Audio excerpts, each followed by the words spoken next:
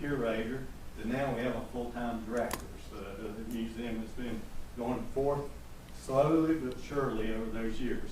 And of course, the all-volunteer board and docents continues to be critical to the operation of the museum. The museum's collection continues to grow as we have become the main repository for historical records, photos, maps, surveys, and artifacts relating to the town and county. Our art collection also continues to grow. Unfortunately, many of these items have been placed in off-site storage, including my building, as we don't have sufficient space in the museum to store them or to properly display them. So they're scattered around and they need a home. Staff members share an office, which also serves as storage space. So folks, basically we have outgrown this building that served the community for 38 years. Due to our size limitations, we're unable to accept some donations, unable to properly display some of our collection, unable to access traveling exhibitions from the Virginia Historical Society or the Smithsonian, and unable to have more events or history chats, art classes, all the things that we ought to be able to do. Over 2 years ago, we began studying the feasibility of expanding the present museum building. Our current building has just under 2,600 square feet, and we were looking to add a 3,000-foot addition.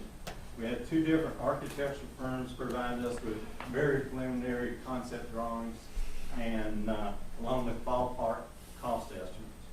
And we replied, as part of that, we applied for and received a planning grant for the expansion from the Appalachian Regional Commission. But during our consideration of the cost of what these building costs, there's going to be a lot of on-site work, storm sewer, and things like that related. When looking at all these expenses, we also came to realize that the former Bank of Christiansburg, Wells Fargo building was vacant, and that building has approximately 15,000 square feet. And although it wasn't listed for sale, we was able to get in touch with the present owner to see if there was any interest in selling the properties. In our negotiations, it was determined that the property could be purchased for less than the assessed value, although real estate prices have risen considerably since the last assessment, which I believe was 2018. And I'll turn it over to Mr. Wade now to discuss some of our analysis.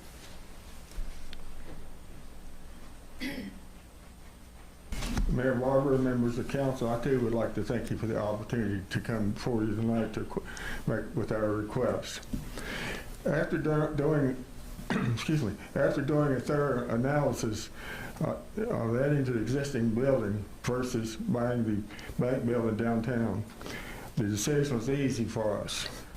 In addition to quite a financial savings, we can occupy the bank building almost immediately, where the addition to the existing building would take 2 to 3 years. Also, this amount of space would serve the needs of the museum for many years into the future, and we could never find a better location.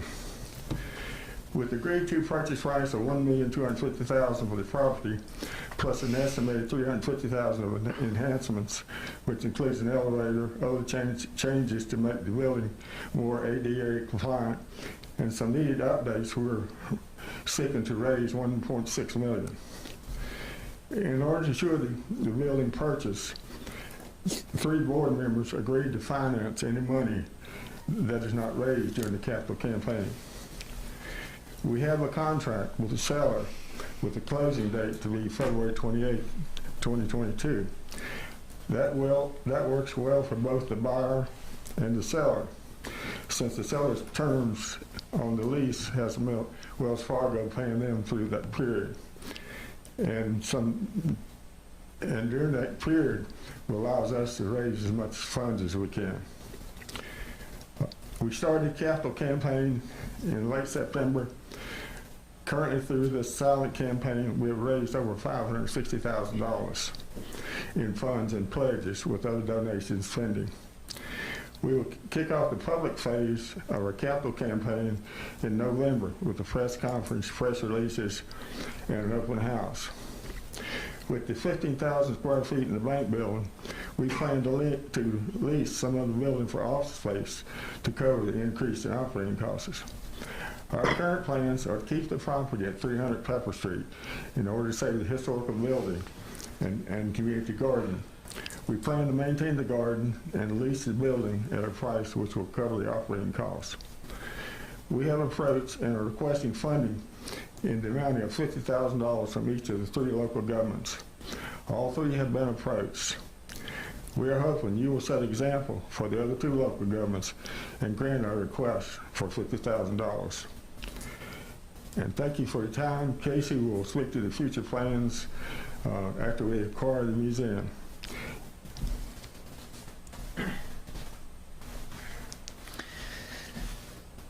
Good evening, Council. Thank you for allowing us to be here tonight. It's hard to go after Ernie and Bob together, but I just want to reiterate a couple things that in terms of the town's purview and how the museum benefits the town moving forward.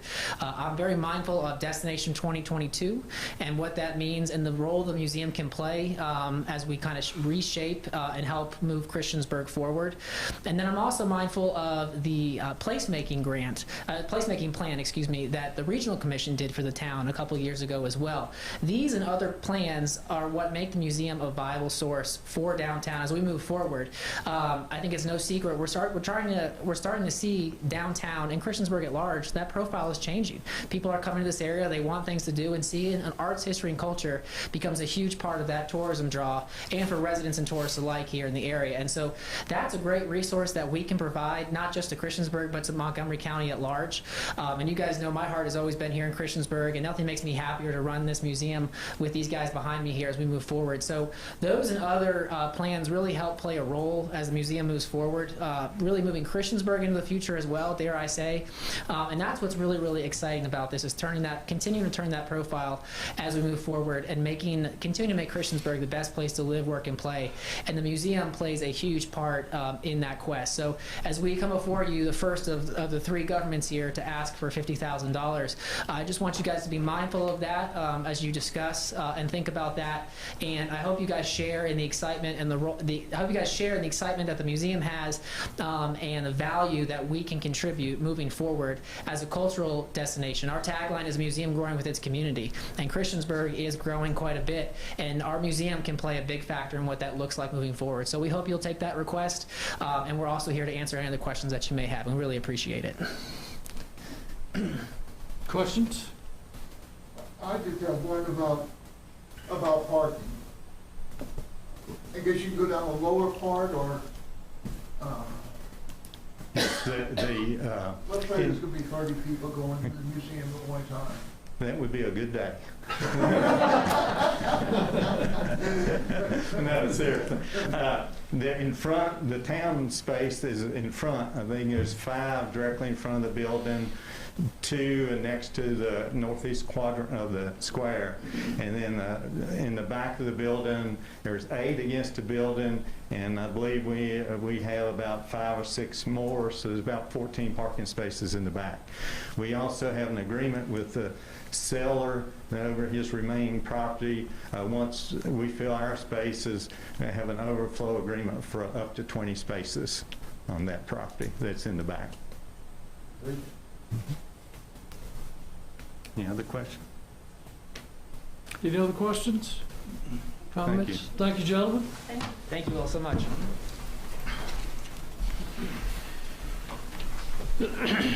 Next on the agenda is citizens' comments. Anyone wishing to address council, name and address.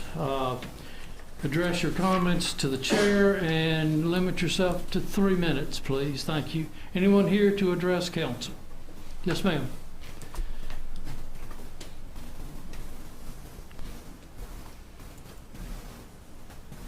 You can remove your mask if you're comfortable, if you feel comfortable. Thank you.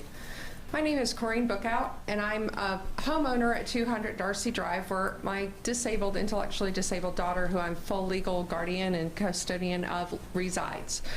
I'm here to discuss kind of the plan going forward with Go Anywhere Bus. She has worked at Falling Branch Elementary School for the last 3 years. She utilizes the bus daily to get to and from work. with the changes coming forward of cutting the what I understand, really just from Facebook page, not any formal knowledge, but you're cutting your fleet from 3 to 1. And they're also cutting the reservation time that you have to call every other day to schedule out to guarantee that you have that spot. I mean, she's had the same work schedule for the last 3 years. I don't foresee the Montgomery County School schedule changing. But you have to call and call and call. You get a busy signal, you get put on hold. She's trying to get ready for work and having to call like this. I mean, cutting out the routes to Virginia Tech has impacted our disabled and elderly citizens. But this is a vital, when I tell people, when they ask me, how does she get to work? Or how do you, and I'm like, oh, we have this awesome service in the town of Christiansburg. I just really want you to reconsider and really think about the impact of those that are elderly and disabled, and maybe make an exception if they have Medicaid or Medicare, and this is their only means of transportation and accessing our community. To really take that into consideration, I saw that there was a statistic that only 120 people used it in the month of August. You know, but have you really looked at who, when? I passed all 3, if there's only a fleet of 3, on 460 bypass this morning between 8:35 and 8:40, between getting on at I-81 and getting off on Cambria Street. I was following one bus and the other 2 were coming in the opposite direction. So, I mean, maybe look at, if you're going to decrease the fleet, maybe you keep a second bus that runs at certain hours of the day, so you catch that high impact time of early morning and early afternoon. Just some considerations that I'd like to bring forward for you to think about. Thank you, Ms. Buckout. And I believe there is a discussion about the bus system later in the meeting. Is that correct, Mr. Wingfield? That's correct. Okay.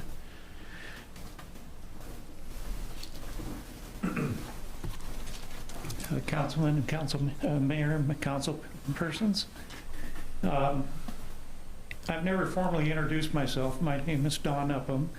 I live on the western edge of Reiner, and I'm currently a substitute teacher in Montgomery County Public Schools, including I've taught at several of the Christiansburg schools. I've been attending these meetings for the last number of months. First of all, in obedience to the exhortation in 1 Timothy chapter 2, I exhort, therefore, that first of all, supplications, prayers, intercessions, and giving of thanks be made for all men, for kings, and for all in authority, that we may lead a quiet and peaceful life in godliness and honesty. My background is I have a Bachelor of Arts, a Bachelor of Science degree in Industrial Arts, a Master of Science degree in Education and Fire Administration. I was a Navy helicopter and fixed wing pilot. I had a 24-year career with the LA County Fire Department, served as a paramedic, and for 8 years, and an EMT trainer. Then I also was a chaplain and welfare officer for 5 years, full-time in the department. And then I was tasked to form a new county agency in accordance with state law that had just been published, having to do with the risk management prevention programs for the spills of acutely toxic materials. And so we addressed 400 manufacturers, processors, or handlers of acutely toxic materials and assisted them in doing risk assessments and pre-plans for mitigation if they should have a spill. And I had to start that agency, budget it, fund it, and also amended some state legislation. In the last part of my career, I was a battalion chief, and I served as the regulatory officer for fire and life safety on the construction of the Red Line Metro Rail subway underneath Hollywood and out to Universal Studios. I retired in 2000 on a disability retirement and went back to thing I've been doing as a volunteer for a number of years, and started a video production company, which eventually turned into a legal video company, recording depositions and expert witness testimony. We moved here to Reiner in 2016 after I'd been hired by Virginia Tech to evaluate the use of WebEx in the classroom and for connecting to other classrooms. And at my recommendation and promotion, we eventually switched to Zoom at the university. I left the university in September last year for health issues with my wife. But one of the things that has been in my background has been research and trying to find the truth about everything that's going on. And I have been doing a lot of searching of truth of what's going on with the current COVID pandemic. In the process, I have sent to the school board, where I also pray, and to town council members information that I have verified and believed to be true. On the last email that I sent to the town council was undelivered as I was blocked from the town council. I'm not sure who did the blocking, but I was blocked from all 7 of you, including the mayor. I'm just trying to provide information that I believe to be true and you might find helpful in the future. Can you leave a copy of that email and maybe we can look at our IT? Thank you. And for the clerk record, would you spell your last name? Upham, U-P-H-A-M. Okay. Thank you. Randy, could you let us know what happened there? Yes. Thank you. All right. Anyone else? Yes, sir. Thank you, Honorable Mayor, and also town council members. Appreciate the opportunity to speak. The reason why I'm here is I wanted to get an update on the College Street flooding. Your name? A year ago, Henry Guess is my name. Thank you, Henry. I forgot. We know each other. I forget, so call me there. But thank you again for allowing me to speak. So what kind of update do we have from a year ago where town council met, discussed $86,000, $84,000 that was approved later on for a third party? I had talked to, just before the meeting started, the assistant town manager about how this was going to play about. Is it all words? Was something done? What's an update? Would you like to give an update, Randy? I actually did that at the last council meeting, but I can give you another update. Basically, right now we have got an engineering study going on. There's an application that we are going to seek for a resiliency plan for that area. That is because it is not within the 100-year floodplain. It would be eligible for, I guess, more funding if it were within the floodplain. But the resiliency plan will hopefully open us up to a little bit more pools of funding. We would want to seek grants for that project, and we would want to budget for that next fiscal year.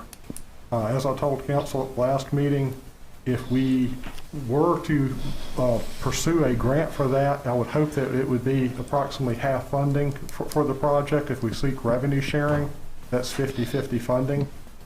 And I would want to get a grant if we could. Like I say, I would want to budget for it. If we can wait to get a grant the following year, I'd recommend putting the money into the reserves for the following year, though. Okay. But I would budget for it either way, just like I told council last council meeting.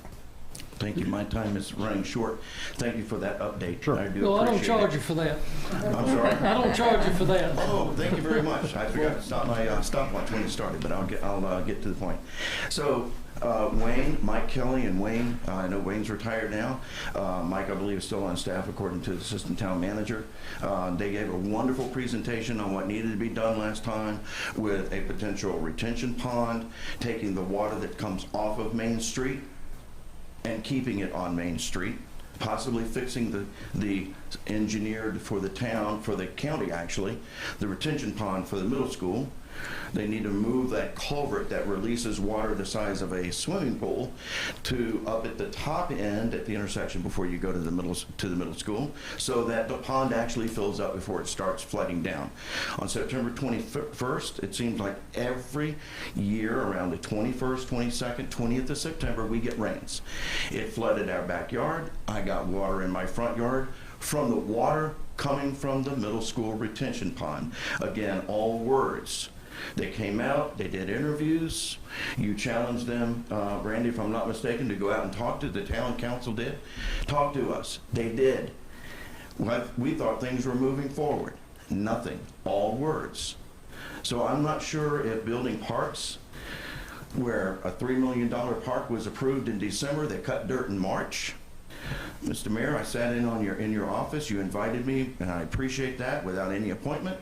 And you told me that since the 1960s, it was also brought up here at the meeting, nothing has been done. There was an appropriation of millions of dollars that was supposed to fix this problem a long time ago. If $1 of that was spent on a park screw, then, you know, we might have some problems here with appropriating money, because it's getting very tiring to have flooding in our backyard. I told the assistant town manager, we can't have a garden in our backyard. I built from Virginia Tech Logistics College, I get pallets. My wife's garden is built on top of pallets, with a pallet inside of pallets, and pallets around that pallet, because flooding takes away our garden. So something needs to be done besides empty words. A puppy has already died from flooding. A child could be playing in the yard innocently and gets swept away, as my wife explained a year ago, over a year ago. Is it all words? I'm beginning to wonder, Mr. Mayor, if maybe what you told me in your office, and I apologize for saying things, but I'm going to say it. You said to me that maybe the best thing to do is buy all of our homes at market value, lower everything, and fix that retention pond and fix the flooding area. Maybe that's the answer. And maybe, just maybe, finding a mayor that will actually get to the bottom of this and get it done. Since 1960s, we're in the 21st century, a quarter of a century into the 21st century. Why? You have about 30 seconds. I think it's all words unless action is done. Be committed, be safe. They're all words. Town council evidently does not care about the citizens' safety, and you're not committed as you were last year to get this done. Thank you again for allowing me to speak. On behalf of all the College Street flooded people, residents, taxpayers, I thank you. That study is underway, is that correct? Correct. We did a basin study last year, and that's like broader basin study. And right now it's undergoing physical design. Okay, thank you. Randy, has all the residents signed off on that yet? I think we were waiting on one or two. We've talked to the neighborhood about possibility of easements, but we haven't secured easements from the neighborhood. And we have talked with some of the upstream property owners about the possibility of retention ponds too, because that's probably needed in the design. And what's the estimate of the project?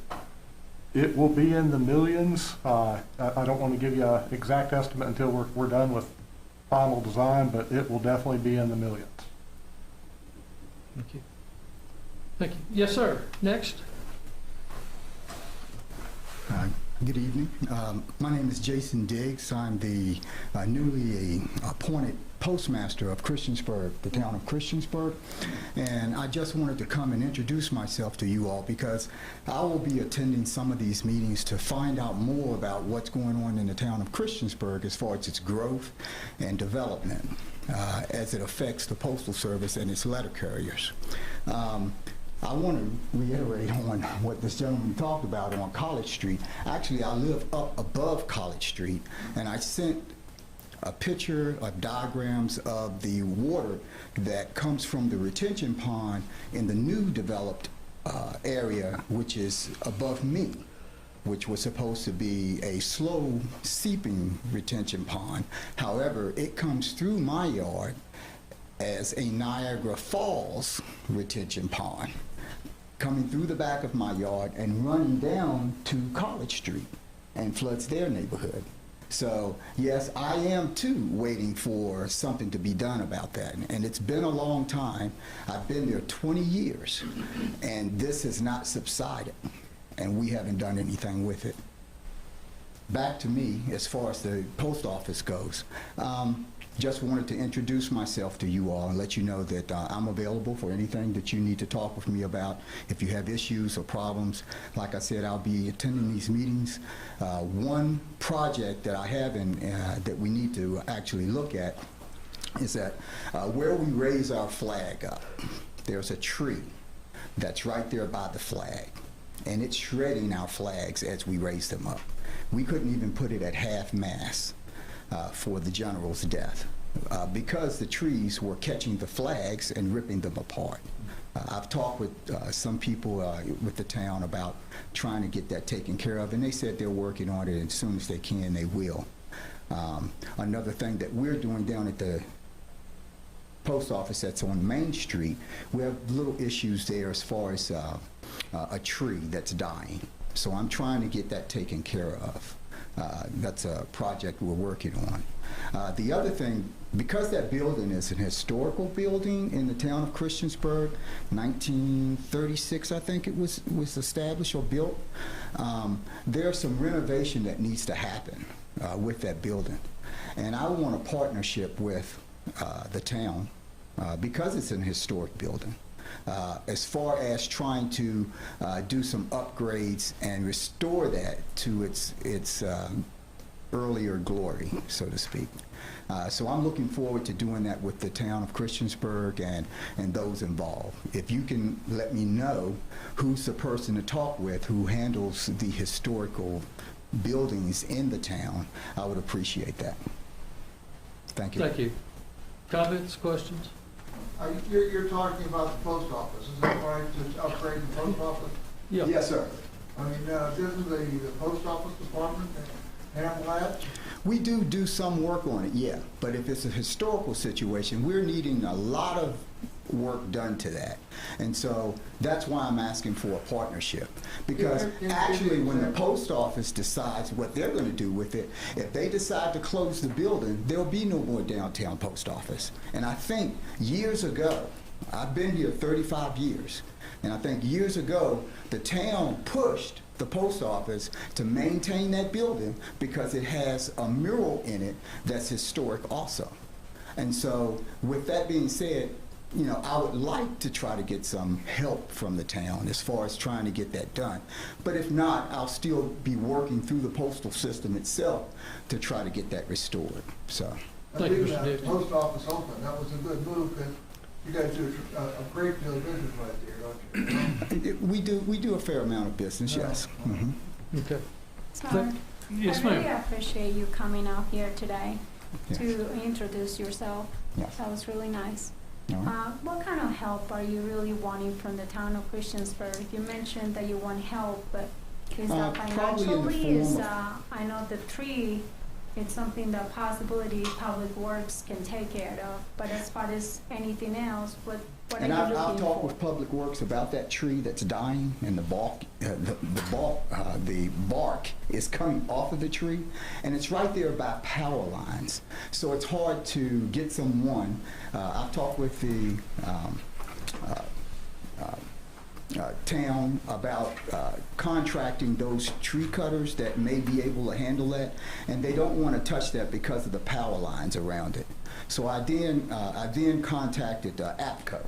So right now I'm working with APCO to try to see if they'll cut that down for us and get that out of the way so that it won't be a problem, because that tree is dying and I can see it falling into the road. Or falling and knocking down the power line and shutting down all the power in downtown Christiansburg. So I don't want that to happen. You all don't want that to happen. So that's why, you know, I'm asking for a little assistance in that respect too. But the building itself is a historical building, like I said, and it needs some work. And you know, maybe getting me in touch with people who could actually do the restoration. And then I'll get with the Postal Service headquarters and find out if they're able to allow that to happen. And so we'll work from there. But like I said, I'll be at these meetings throughout, so we can talk about Have that you as we prepared a go. list of the renovations that you need so that whomever, when we see what they may be, may direct us in whom to talk to? Yes. Have you got that list, or will you have that I list? don't have it with me tonight, but I can create that. Sure.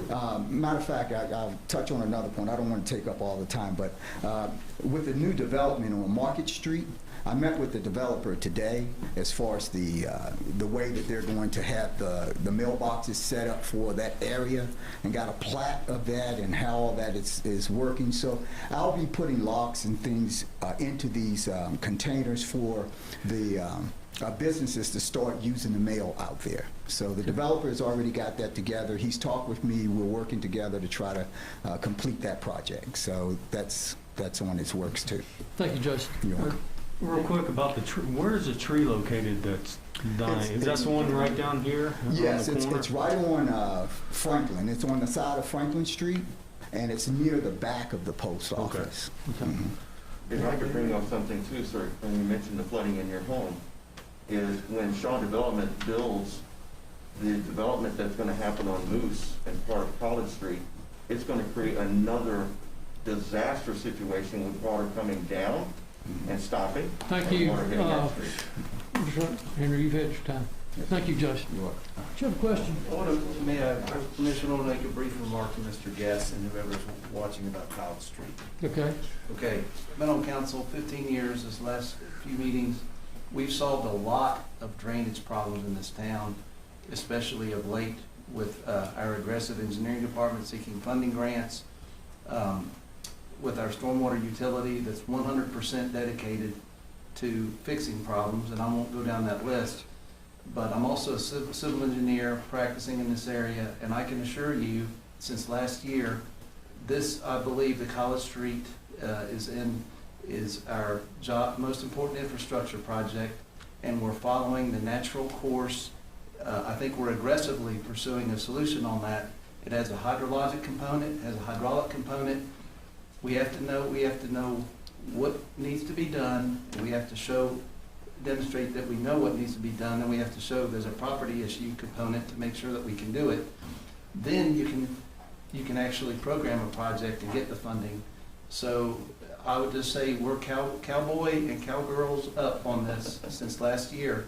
Now, I understand the past, and we can't change that, but I do want to reinforce to you and our community that we have been aggressively fixing problems around town. But I would say now that is job one as we sunset. So I'm only one person, but we talk, and College Street, I would say, is job one for us. So it is not on the back burner, it's on the front burner, and I think it's going to stay on the front burner as we move into the next year. Thank you, and I appreciate that very much. I don't want to take up any more time. Thank you. I can't see your name, sir, from the glare. Stipes. Oh, Mr. Stripes, I'll be following Stripes you with in no regards R. to this. Stripes Thank with you no so R. much. Very good. Anyone else?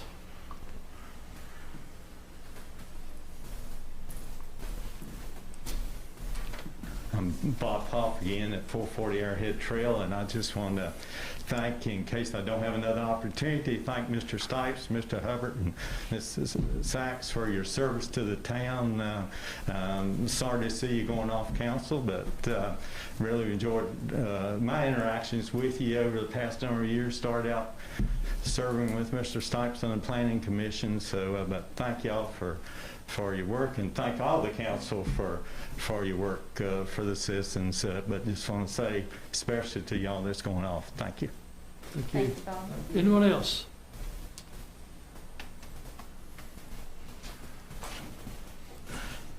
Hello, my name is Charles Robbins, or some of you may know me as Dustin. That's just my middle name. It's what I go by most of the time. I live at 1720 Old Farm Village Road here in Christiansburg, and I've got a written speech, but it's all been sent out to you. It's supposed to be in the minutes, so I'm only going to abbreviate it because it doesn't meet the 3-minute threshold. So in a letter to Dr. Price from Thomas Jefferson back in 1789, Jefferson wrote, "Whenever the people are well informed, they can be trusted with their own government.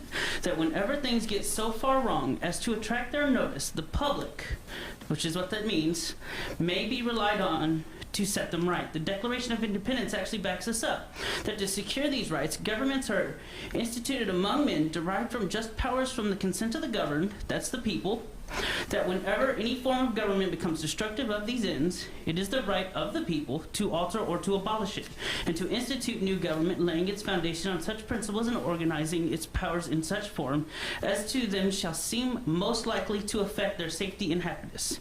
Now, I realize this may sound a bit off coming from someone not in politics or a member of the public that people can come to, and wanting to give a much needed history lesson to the council and the public. Let me emphasize this right now. Aside from the reasons of my coming here today, I do not in any way, shape, form, or fashion want to change how we are governed, just who governs us. I simply want to change what's happening to my town through very specifically one person. And I'm sorry it sounds like I'm attacking you, ma'am, but I'm not, and it's Councilwoman Hicks. The fact of the matter is, in the last year, you haven't actually done any governing. You aren't engaging with the public. You aren't helping make this town a better place to live in. In the past year, you've caused a free and open forum through comments on YouTube, which is where this is broadcast right now, to be shut down because people are so against you, they're being vulgar, and that's just kind of bad for the town in general. You've been openly accused of various bad business practice and slumlording-like acts with no consequences, causing citizens to not only lose trust in the council here, but think politicians are completely immune to the law in this town. You've lost the trust of politicians at both the state and federal level from ever wanting to visit or come to Christiansburg ever again. And what bothers me the most is this. You've privately criticized and warned at least one citizen about me, a person who has openly supported our current mayor, but who I vote for shouldn't matter at all. This isn't a third world country like Rwanda or Sudan, or literally any other country whose government allows this for fear of losing their own power. You just can't attack citizens. And just who I vote for shouldn't matter. I know this is something that you think I'm just here trying to support my current mayor. I support whoever's in office. Who's mayor doesn't matter. It could be someone from Timbuktu that's a naturalized citizen. I really don't care. I'm going to work with them as an activist and a lobbyist in this town for the people. You have about a minute. Citizens come to me with all kinds of problems. I try to be their voice. But that's become a lot harder because now they're not asking me about issues. They're asking me what to do about you.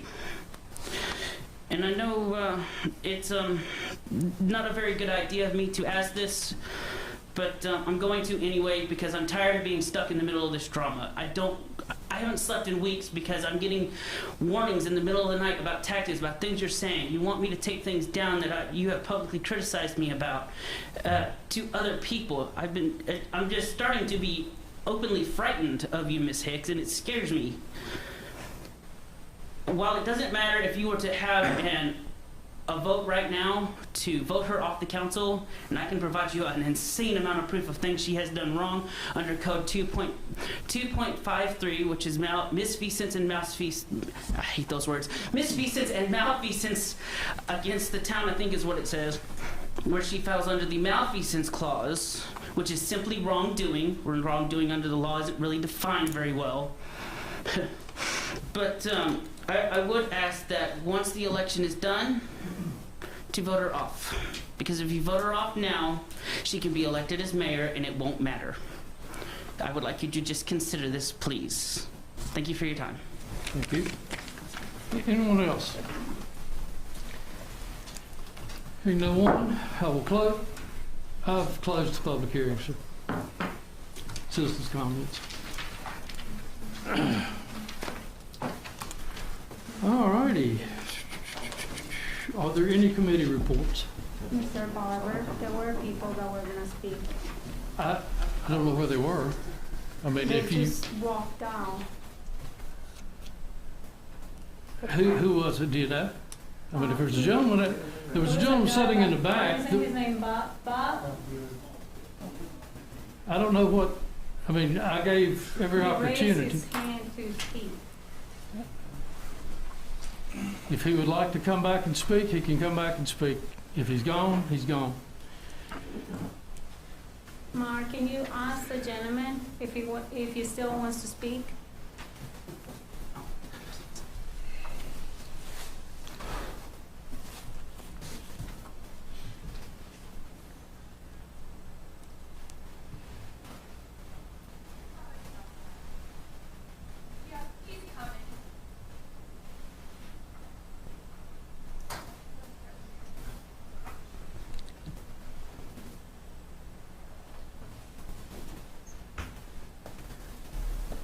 Thank you.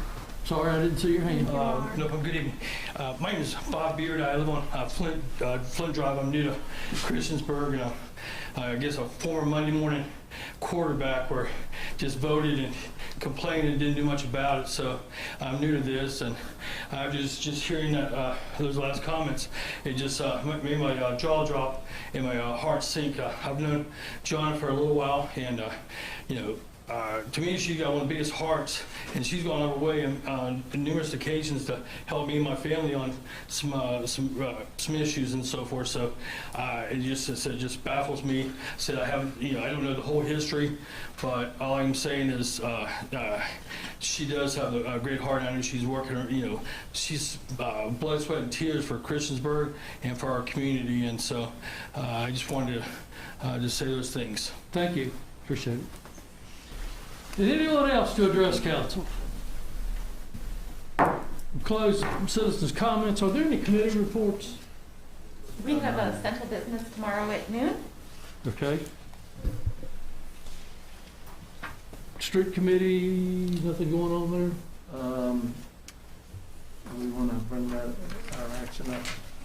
You can if you like. They authorized signage and striping at the intersection of High Street and Craig Street. We won't burden council unless you're interested. Would you like to know a traffic improvement that we're making at the corner of Craig Street and High Street? And High Street. I sat in on the meeting for a few minutes, and I thought it was pretty evident how you're going to do it. And I didn't want to burden council with a routine. It's fine. It's a pretty benign change. It's a pretty benign change, but street committee is change. All right. Thank you. And I do want to say the staff has been so fantastic in looking at low cost, high impact improvements. And it was also brought to my attention that what we talked about a couple months ago at the intersection of Depot and Stone Street is in place and under rave reviews by the residents there. But our engineering department gets a lot of credit and the management for being aggressive in looking for these low-cost, high-impact improvements. That's it. Thanks, Mayor. Any other committees? yeah, I have one thing about the Parks and Rec. They're going to have their 5K race this Saturday, starting at 9 o'clock. And there's also a sort of a trick-or-treating for the kids in the parking lot. And they just do a great job every year. And you get there around there, it's right in the back of the Parks and Rec, and then the run is a 5K. Thank you. Mr. Bishop? Yes, ma'am. I was gonna say something about Depot Street. That turned out like a really, really nice thing, what you guys said. I have actually seen a lot of people that are using it now, walking from one side of Depot Street to the other side, so. Okay, very good. Any other committee reports? Under discussion and action by mayor and council, Community Development Block Grant 2020 Consolidated Annual Performance and Evaluation Report. I believe we looked at that last time. Make a motion we endorse the CAPER report as presented and discussed over the last couple of meetings. I'll second. Get a motion and a second. Discussions? Any discussions? Any questions?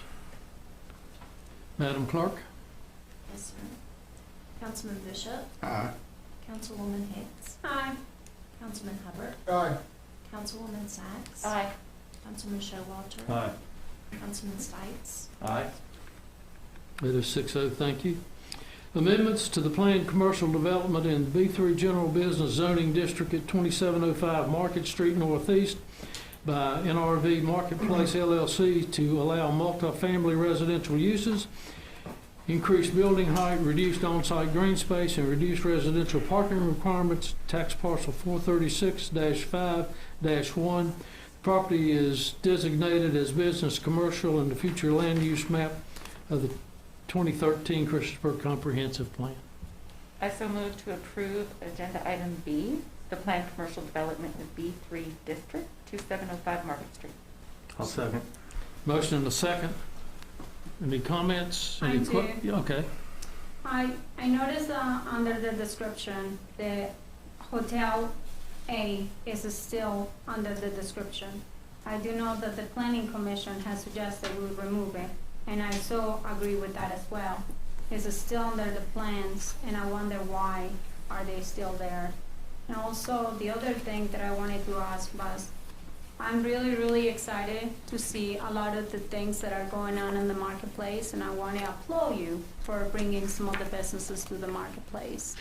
At the same time, I am also very concerned as far as the parking spaces.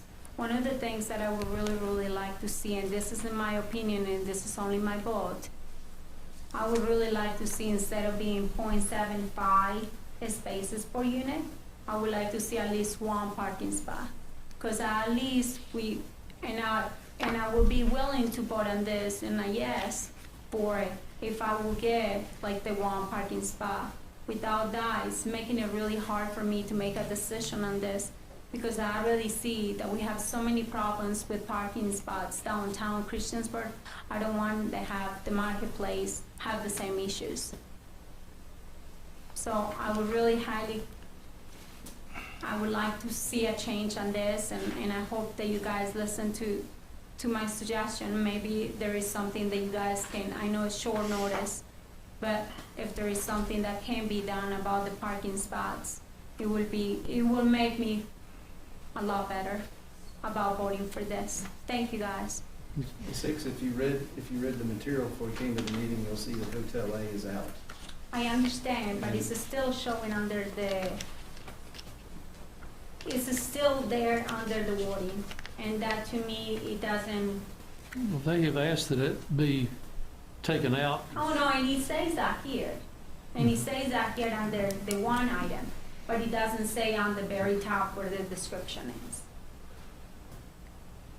Well, you know, the planning commission recommendation was to not include the building over the stormwater pond, and also to limit the height of the building at the rear to, I believe it was 187 feet. And those two were the two amendments as it was presented. Mr. Rector actually emailed me this afternoon and offered basically to withdraw the request for over the pond. So, but if you're recommending approval as recommended by the planning commission, that includes not allowing the building over the stormwater pond and the 187-foot height limitation on the building in the rear. Okay. I'd like to say thank you to Mr. Rector's in the house. I know wasn't able to be here earlier. He has been a reliable partner, and so far he's done everything, and his development company's done everything that they said they would do. So I would like to thank you for taking time to be here and for honoring your commitments today. I'm going to support the proposal. I think it's great to have residential where this is. But thank you for helping us transform this area and for doing what you say you would do when you said you would do it for the most part. And you can't control the market, but you've been a reliable partner. Thank you for that. Thank you. I'd like to add in a little something there. I was going to do this at the end of the meeting, but there's maybe a chance that you might not be here. And to me, the town of Christiansburg has been involved in two major projects during the last 4 years, and your marketplace is one of them. And I would say it has to be one of the best things that the town of Christiansburg has had, and the guts and that you have taken to develop that. And I think it's going to continue on for the next 4 years. It's going to be amazing what's going on. And between what you're doing and what the park is going to bring, is going to be going to make the town of Christiansburg the retail capital of Southwest Virginia and the place that people want to come. And you're doing it with style, and that's the big thing. Thank you. Okay, so any other discussion or comments? We did receive a public comment on it in favor of the marketplace, don't we, Randy? Not prior to this meeting, but prior to the last. We did have one today, public comments, and it was in favor of what was going on there. Mm-hmm. That was from. Let's read these notes in front of me. It was from David Green on John Limley Drive. And that's, I think you all have a copy of these comments. Yeah, and my motion is for as stated per the Planning Commission requirements. It's no changes from that, just to make that clear. Okay. And that's the second that we had is, I would second it to have. we've already had it seconded once, somebody. Okay, so there's no question in anybody's mind, Hotel A is not in this approval. Is that clear? But doubt that. Madam Clerk?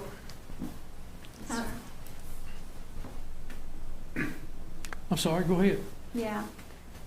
Just making sure, obviously, it's like the planning commission said. I talked to, and I went to drive around some of the English Meadows places and another one of the nursing homes around. And with the parking spots that they had and things like that, there were enough parking spots to at least accommodate one parking spot per unit, and it was more than necessary. It was actually not enough parking spots to provide the rest of the parking spots for the rest of the staff people that are required to take care of the people that are living in these facilities. Okay. Thank you. Any other questions or comments? Well, according to, as I remember the last meeting, when Mr. Simone pointed out that you're gonna put a parking garage in, and that parking garage is going to help alleviate this parking situation. I'm not sure if I can ask Mr. to say anymore or not, but that is the way I understood it. Okay. It's only 0.75 parking spots for that unit, for the 160 units only, right? Everybody else gets 2 parking spots? Just the independent living, the senior living would be the only place that we're asking for a reduction in parking because of the market. Any other market rate, regular apartments with park by town code, which would be 2 spaces per unit. Okay. All right. We're done. Madam Clerk. Yes, sir. Councilman Bishop. Aye. Councilwoman Hicks. Nay. Councilman Hubbard. Aye. Councilwoman Sachs. Aye. Councilman Showalter. Aye. Councilman Stites. Aye. So it is 5-1, is that correct? Thank you. We have a discussion of the Blacksburg Transit Service. Randy, is that yours? Pull the mask and let's talk. Was asked to add this to the agenda by Councilwoman Sachs. This is in regards to, I believe, the cessation of the basically the Go Anywhere service as a commuter service to Blacksburg. That was done in largely basically decisions made by the Transit Committee, Transit Working Group. That is because of the cost of the operations of the system versus the ridership. We just didn't think it was cost effective. There still is transport to Blacksburg available through transfer to the two-town trolley. Also, you could get to Blacksburg through. If you want to talk, you speak out loud. Radford Transit and Pulaski Transit both go to Blacksburg. Also, if you are eligible for medical care, if you're eligible for Medicaid, you can contact Newer Valley Agency on Aging for transport. I did have a couple of people reach out to me in regards to the service with concerns of loss of transport to doctor's appointments, and I did contact Newer Valley Agency on Aging. They did basically guarantee that they can provide those type trips with 5 days notice. I'd heard, I guess, I'd heard a couple of people tell me that there were cancellations on those, but they told me they don't really have a major problem with cancellations. They actually said the people that had the service previously, they just hadn't used it in several years. But they told me that, I guess staffing-wise, they are able to make those trips if it's for a medical purpose. Okay. So those are some options for the service.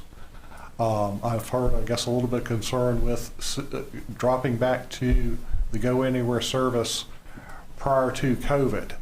And like I say, I guess we would be operating at those levels. We do, I guess, encourage people to use the Gold and Blue Explorer routes, the fixed route service, although we still will maintain the Go Anywhere service to supplement that. Okay, so to address Ms. Bookout tonight, at the school, I mean, is there a bus service in town that would accommodate them. We're not cutting 2 buses out of our 3-bus system. There's a couple of ways you could get there. You could take the Go Anywhere service to the mall, and then take if you're just going for general purposes, to Blacksburg. Now, Fallen Branch Elementary School, Randy, Fallen Branch, to get from her house to Fallen Branch. Okay. Is there a route that covers that? You could use the Go Anywhere service. Okay. I'd like to, and I'll get with you tomorrow on this, I would like to sit down, the transportation group. I guess you said which house, I guess which house in particular. If it's along the Gold and Blue Explorer routes, they could use that. If it, Okay. I'm not aware. Are you all on the Gold and Blue route? They're the fixed route service. Like I say, if it's along those routes. Okay. I guess what otherwise, I really like otherwise the thing anywhere that in town. concerns me is that I hear a lot of complaints about, you can only book the service for 2 days and you have to call back. I mean, when you have a special, I'd like to find out, is there a special exemption that they can qualify up front and said, when school is in operation, we will use your service. And how we can get around that, because I understand the phones, I understand that, they get a flood of calls in, but for future reference down the road and maybe in a short bit, can we find out what's going on? And Ms. Bugger, what is your street again? Darcy Drive, Darcy?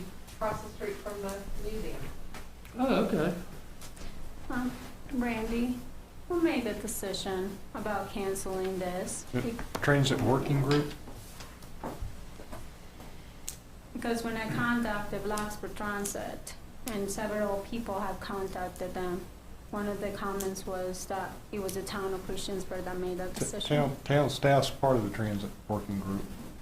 Blacksburg and Montgomery County, there are several, Blacksburg and Montgomery County. I know for the one lady that I was talking to the other day, after talking to Blacksburg Transit, one of the ways for her son to be transported to Virginia Tech in an easier way was to take the bus, the Go Anywhere bus, to the Lewis Gale Hospital, and from there they can take the other bus anywhere to the campus where he actually works at. One of the comments that was mentioned by the Blacksburg Transit people was that you can actually book those trips, I believe it was 12, 14 days ahead. So you may be able to, for the people who are listening to this, you can be able to call. That's what my understanding was, that you should be able to call and reserve those spots ahead. So, John, I agree with you. You should be able to. Whether you can is, we don't know. It's difficult with the phone systems. It'd be really nice to get feedback on this. And I will be in contact. I think her name was April something. I sent a message, but I will check with her. That's on my calendar to make sure that I check on. I know they are going through some health stuff in their family stuff. Okay. Randy, this was one of my topics too. I had a few people reach out to me about the bus service. And I do feel that if we're going to put money towards the bus service that utilizes what our citizens need, I would even encourage to bring in 1 or 2 riders and get their feedback in the working group so we can get a really good, accurate level of who uses the bus system and what they need. Because I understand when it gets out to the mall, I believe, there could be a 15-minute lag, which makes you miss the connecting bus.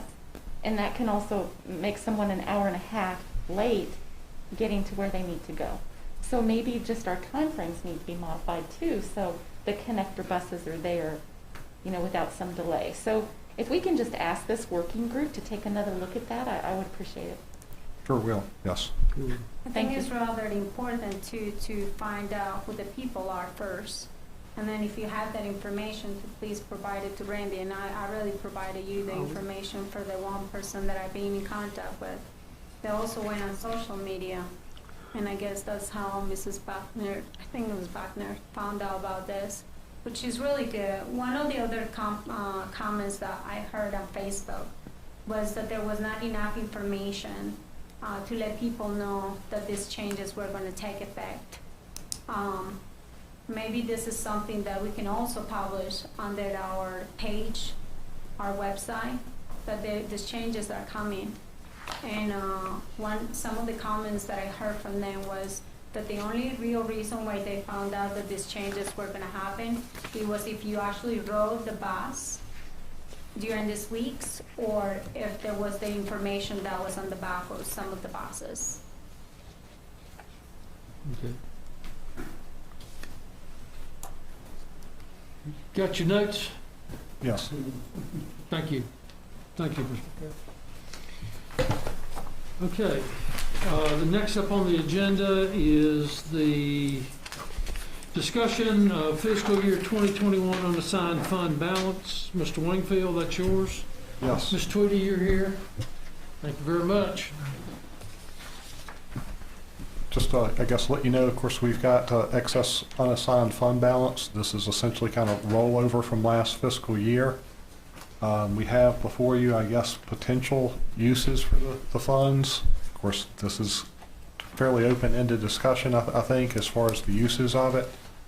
The money would put you over the town fund balance policy of maintaining between 30 and 40% operating. So therefore, you would have to do something to assign, either spend the money or assign the money to reserves. So you know, some type of action is needed in that regard. We have, I guess, before you, I guess, proposal for potential pay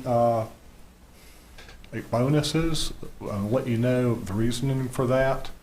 The Virginia State Police are giving state police a $5,000 bonus and giving all sheriff's deputies a $3,000 bonus.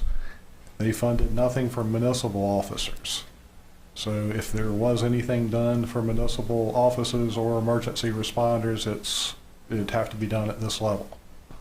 Val and I have spoken about this, and we did come up with a proposal to fund $3,000 for first responders. This would be through the American Rescue Plan Act money that we have basically in the budget now. And that would be allocating a use for it. That would be an eligible use. Although we would also propose to give a $2,000 bonus from general fund for everybody else that would be eligible, with, I guess, exception of public works employees who are eligible under ARPA. We would fund that through ARPA. But again, this is for discussion of use of the funds. So, Randy, I've been requesting information about what we were going to be and where we were going to be assigning the it was $3 million for this year, right, from American Rescue Plan? We're getting half of that money this year. I guess the total is about 3.15, and we've received half of that this year. 1.5, right? Yes, 1.55, and we'll get the other half next year. How much of the $3 million is inside the budget right now for 2021, 2022? Half of it. So $1.5 million, and is under what, revenue? It is under ARPA, and it's simply unassigned ARPA funds. Unassigned. So we still have $1.5 million that would be coming. Next year. And then where did the CARES Act money go? Well, completely was under the other budget, but. That's correct. And so we still had almost over $8 million deficit when we are not talking about obviously the reserves and things like that we use, but the money coming in and money going out. We got more, correct me if I'm wrong, but we spent more money than we got last year, correct? You're talking this fiscal year or last? Last year, 2020, 2021. Val, do you have something? I got the budget right here. When I did the calculations, it was $8,219,000. Does that sound correct? If you're talking about the operating budget of the town, which is the normal operating expenses like salaries and wages, the expenditures do not exceed the revenues. The $8 million that we used was either reserve fund balances that had already been set aside for specific projects, or unassigned fund balance that was then allocated to capital projects to be completed, such as, I can't think of one off the top of my head. How many projects did we do last year, Randy? I mean, we did about 7 capital projects last year. Some of them had a 20% match and were either federal or state funded. And those were the funds that were used for that. It was fire reserve funds, fire equipment. Yeah, the fire truck was $1.5 million. That almost came 100% out of the reserve funds that we had been holding for the fire truck. And there's a number of other capital projects which we allocated general funds to, but they were funds from unassigned fund balance for capital projects, which is what we use them for, one-time expenditures, not ongoing operating costs.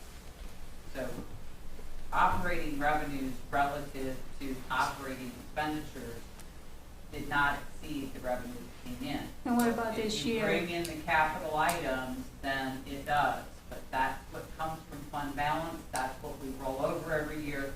That's how we create the funds to be able to do the larger projects down the road. But this year is 75 million, right?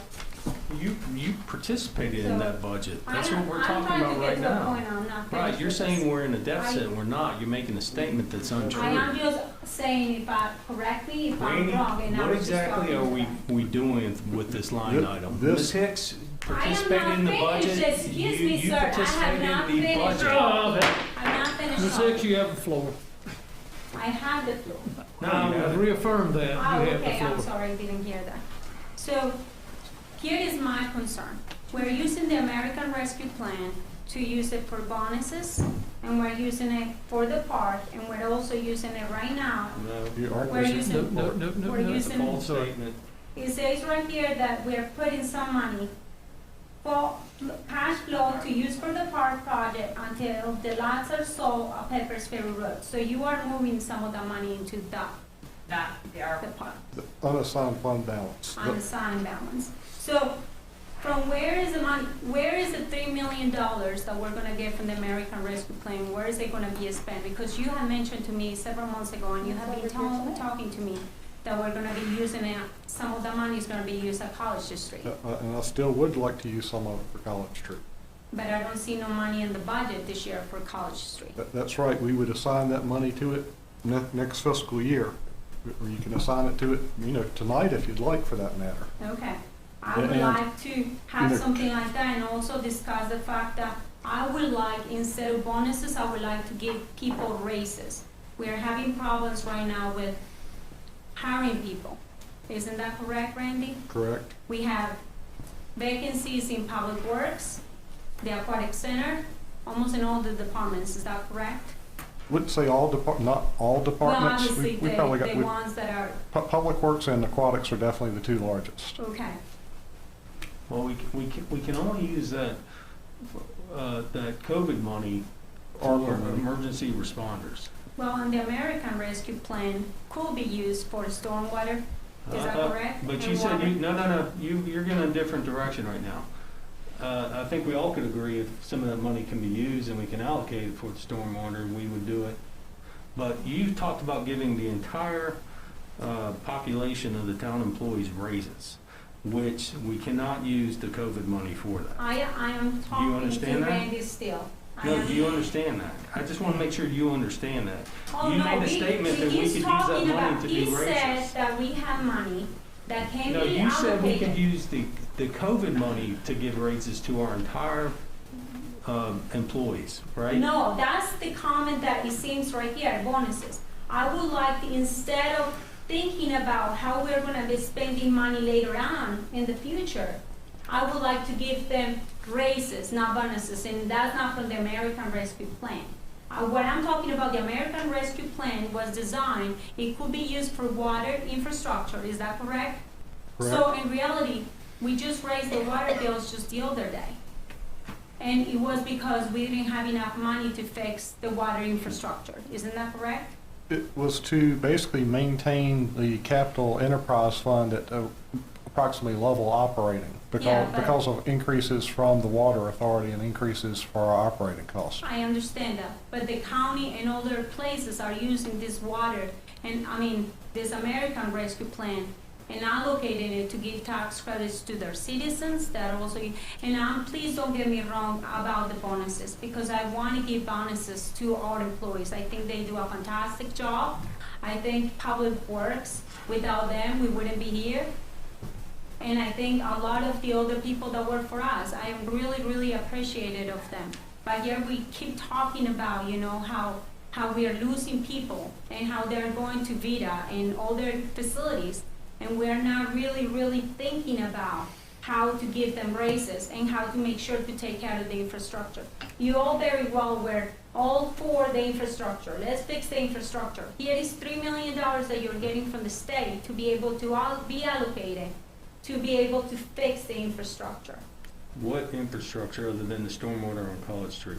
We got water issues. We got water lines Where? that will have to be replaced. Where? Off of Peppers Ferry Road, Is off that- of Teal Street. Is that off of- planned? I mean, Randy, can you comment on this? We have a plan for our capital improvements every year that shows up in the budget. Yeah, we do have presentations on capital projects every year. Several times a year. Yes. And the American Rescue Plan, once again, it could have been used for that. Isn't that It correct? could be used for water, sewer, and stormwater projects. We have a plan. We have the water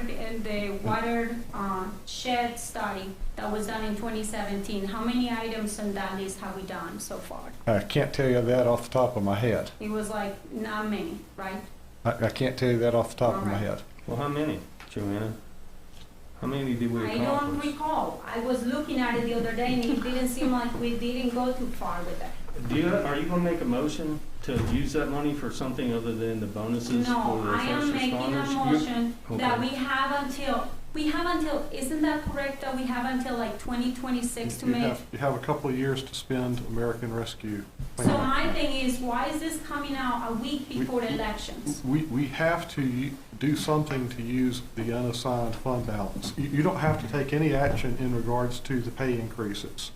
You could take all this money and stick it in a capital reserve fund, and that would be acceptable.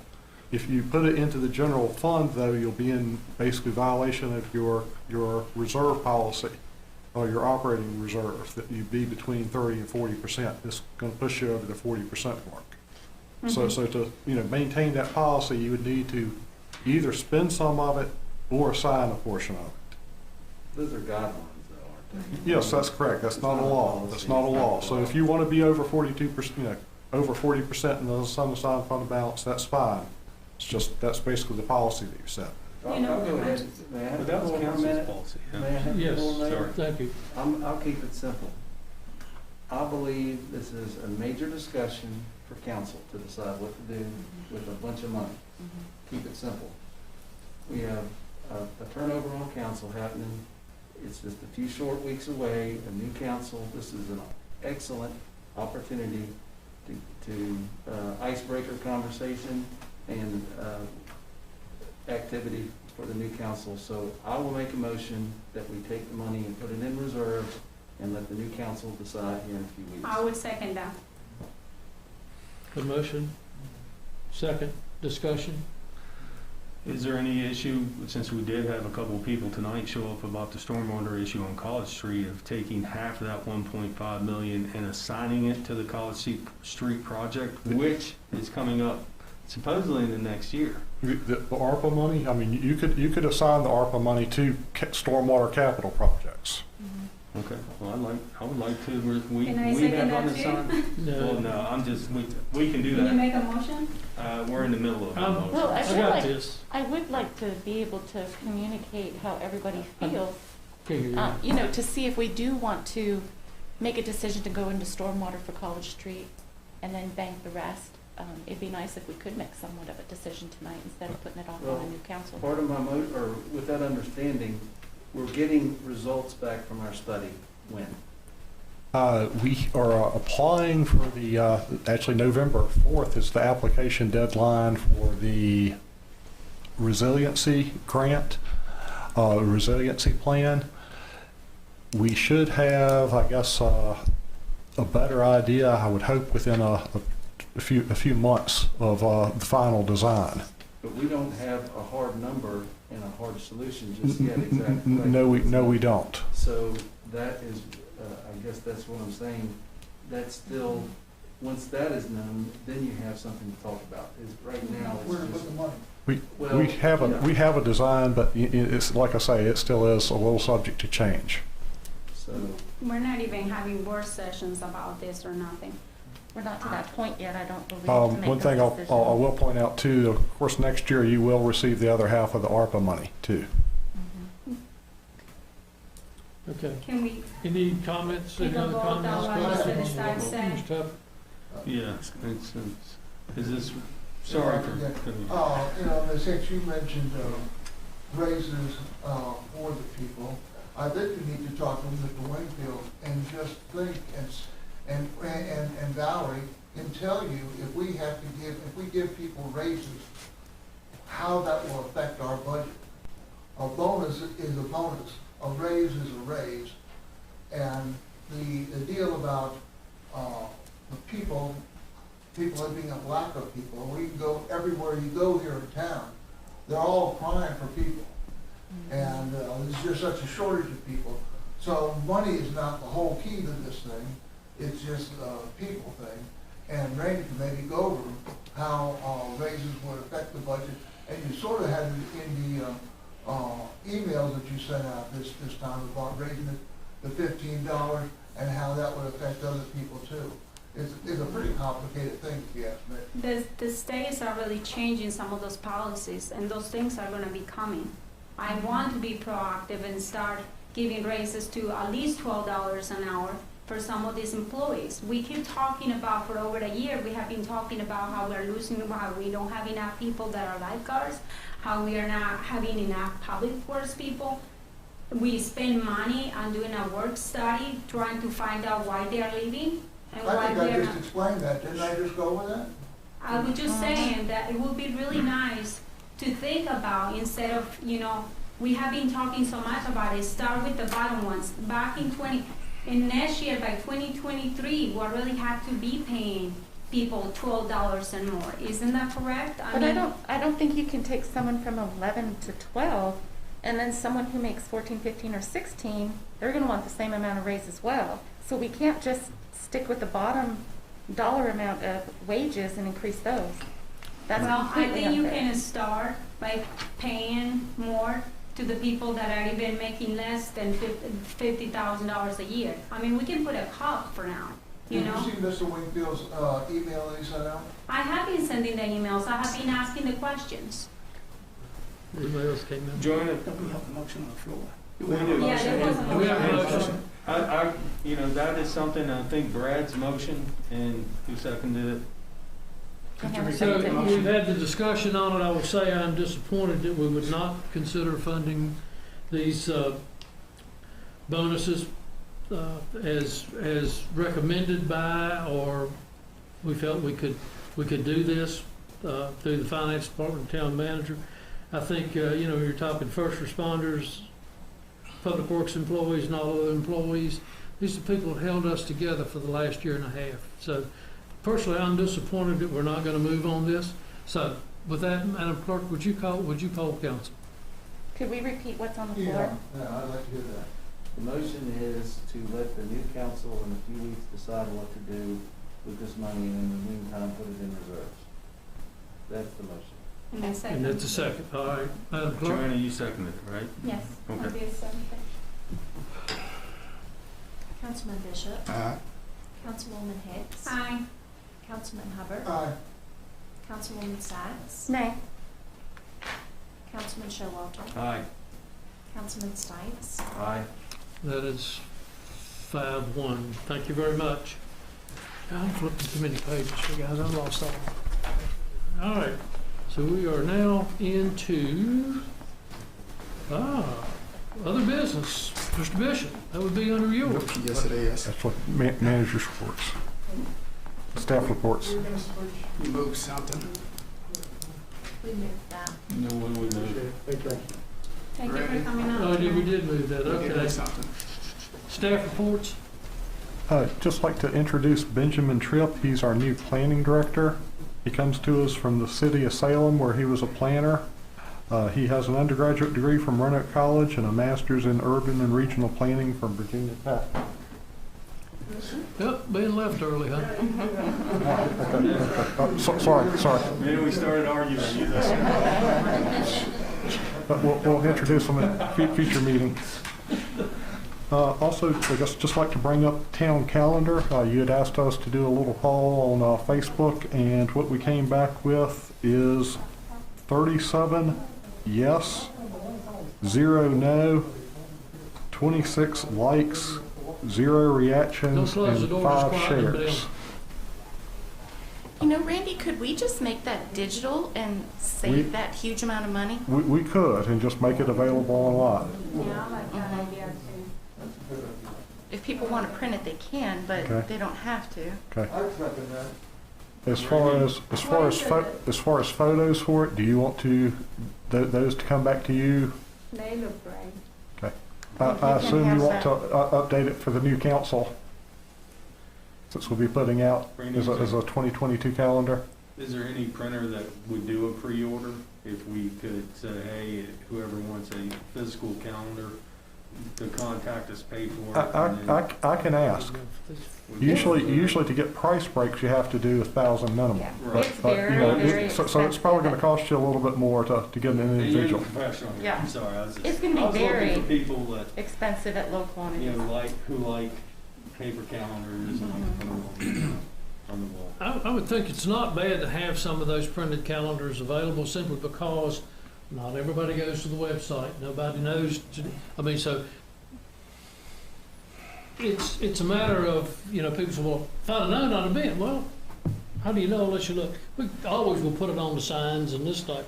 But I think there needs to be now it doesn't have to be a glowing 3D color blowout calendar. It could be a very simple calendar that announces this stuff. That's my 2 cents on it. What else you got, Randy? That's all I've got. Well, you have to make at least, 500 copies or like that, just price range, what I think. Well, you know what I mean? You ask for 100 and you're probably going to be the same price for 500. Okay. Yes, like I say, it took 1,000 to get price break. It seems to me. 1,000, Yes. Okay. Randy, can you elaborate a little bit about the ornament thing? Is that, I saw that the application to turn it in, does that also include, because I got several calls and I didn't see some of the stuff out there as far as the information that was provided. Are you talking Is that the- just for the application to turn in if you're gonna do an ornament, or is that to say you got to bring the ornament by the end of Is this the October? Virginia Municipal League? No, I'm just talking about the Christmas ornament thing that we The have town. every year. Honestly, I'm not sure of Because I know you guys where put this- something out tonight, and I got several messages calls about it, and I had no clue what. I'll send you an email about it. The ornament contest? Yeah. All right. So that's the one just you wanted last year, right? If you, yeah, the real nice one. Yeah, I thought I saw something on social media we were doing that again. Is that what you're asking about? I didn't see it. Well, I know they are doing it. I just didn't know if you had to bring it by the end of October, or you got to bring an application. Because I believe the last time you brought in the ornament with the application. I may be wrong. It's been too long already, but. So Andrew's looking. Okay. You looking for that, Andrew? There you go.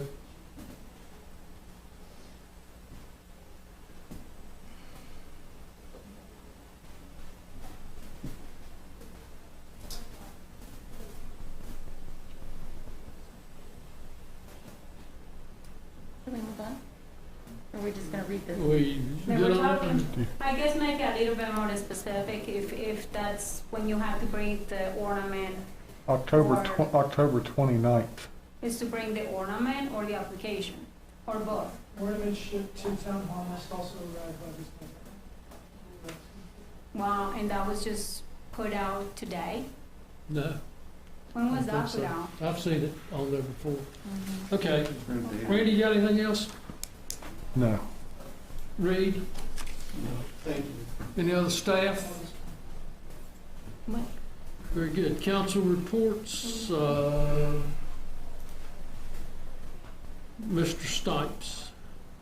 I have no report, but I would like to encourage people to get out and vote carefully next week. And reading the newspaper on Sunday, the comments, I would say that Ms. Hicks has said that everyone on here has served too long. And Mr. Bishop, I don't think that you've served too long. So I would just encourage people to get out and vote next week and think about what you want your future to look like, and choose wisely. Mr. Showalter. Nothing to report. Mr. Hubbard. Yeah, I would like to sort of reiterate what Mr. Pipes just said. As my tenure here on council comes to an end, I just want to say how pleased I have been to be able to work with the Mayor Barber, and how he has kept council together during this last 4 years, and Valerie and Randy and Andrew, what a great job you guys do keeping this town going.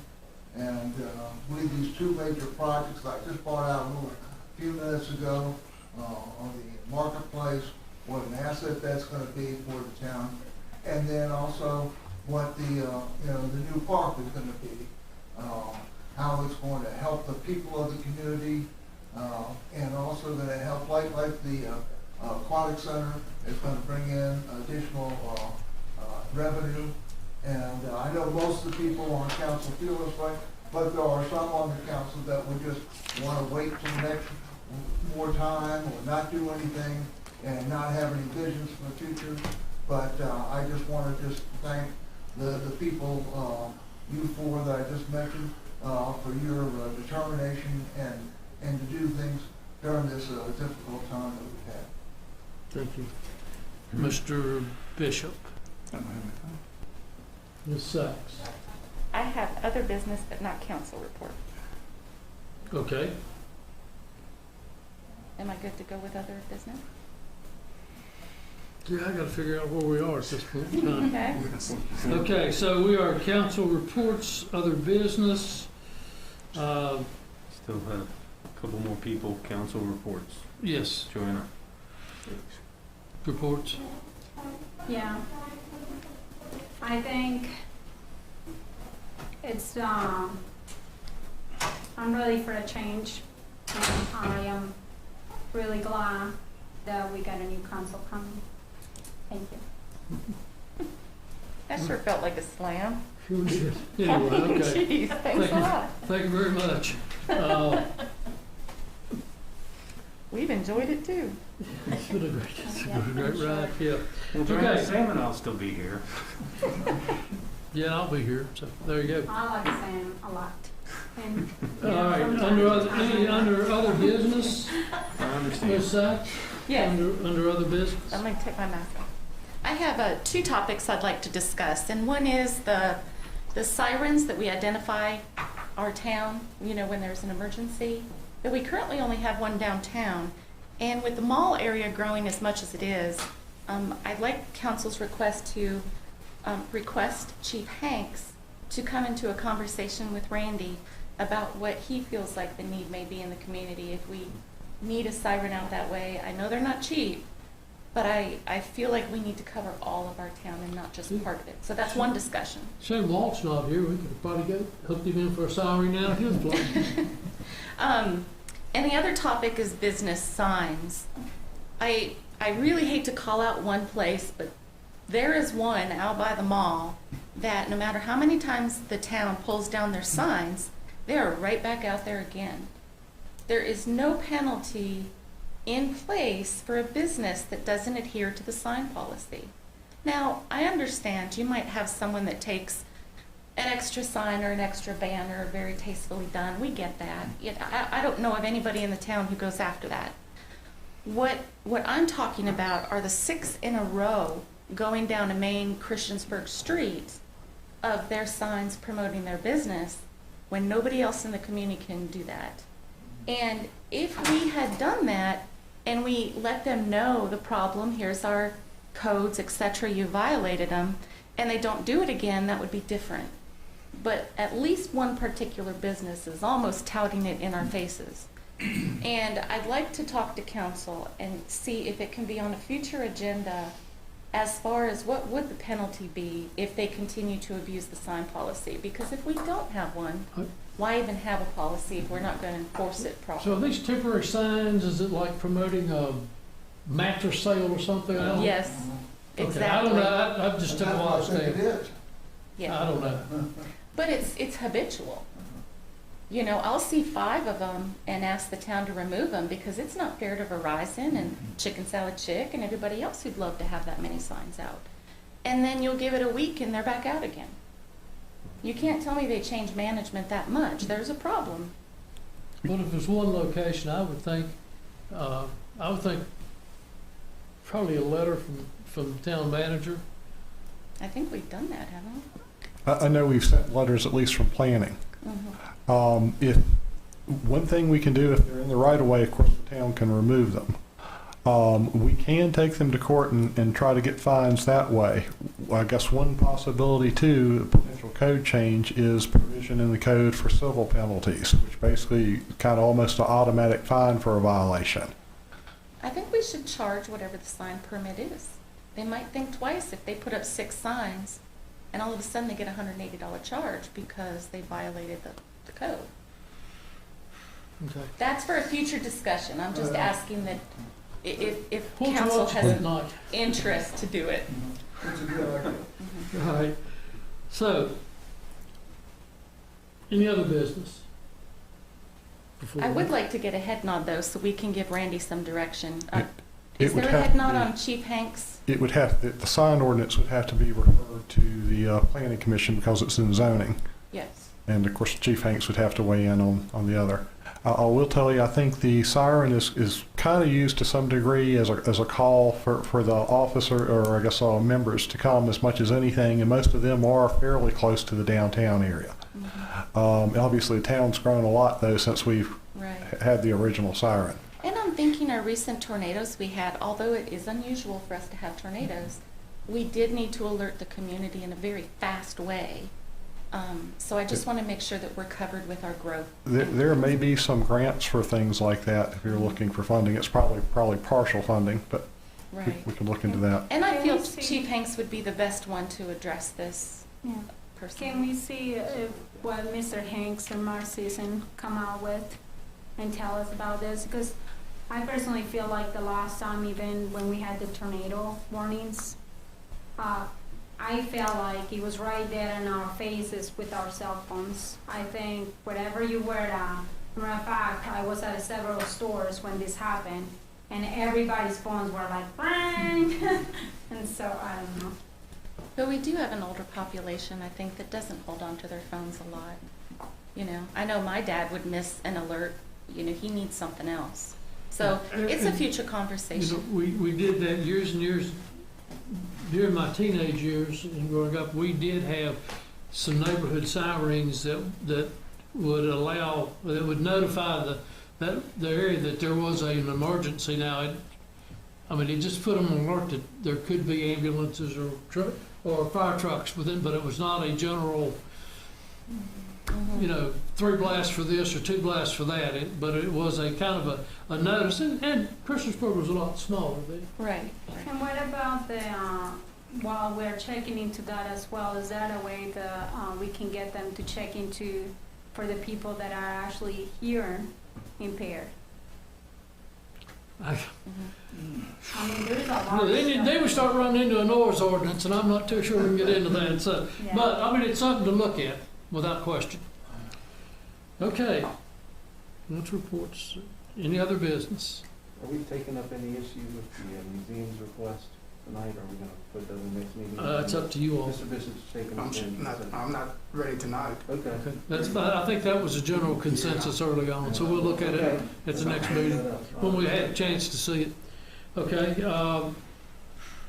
Mr. Bishop. You sure? I believe, at this point, I'm not sure. All right, let's I'm try not sure this. about nothing, but All anyway. right, for closed meeting, request for a closed meeting under Code of Virginia 2.2-3711A3 for the discussion or consideration of the acquisition of real property for a public purpose or of the disposition of publicly held real property, where discussion in an open meeting would adversely affect the bargaining position or negotiation strategy of the public body. The closed meeting is being held for discussion of potential acquisition of property in the downtown area, and that's in the form of a motion for a closed meeting. I'll second. Have a motion and a second. Discussion. Madam Clerk? Yes, sir. Councilman Bishop. Councilwoman Hicks. Aye. Councilman Hubbard. Aye. Councilwoman Sykes. Aye.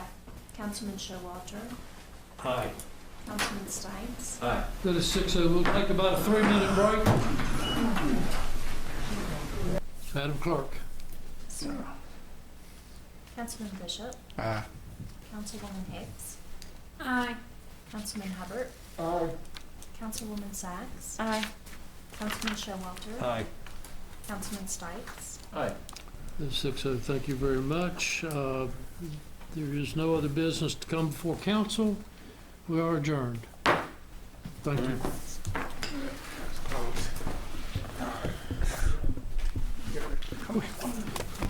Hey, this.